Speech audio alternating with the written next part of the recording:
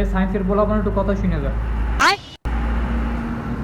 তোদের স্টুডেন্ট লাইফে এখন পর্যন্ত তোরা কি লিটমাস পেপারের পরীক্ষাটা যে লালকে নীল করে নীলকে লাল করে সেরকম ক্ষারের বিক্রিয়া, এটা তোদের নিজের হাতে এক্সপেরিমেন্টটা কি করছো, সচক্ষে দেখছো এক্সপেরিমেন্টটা?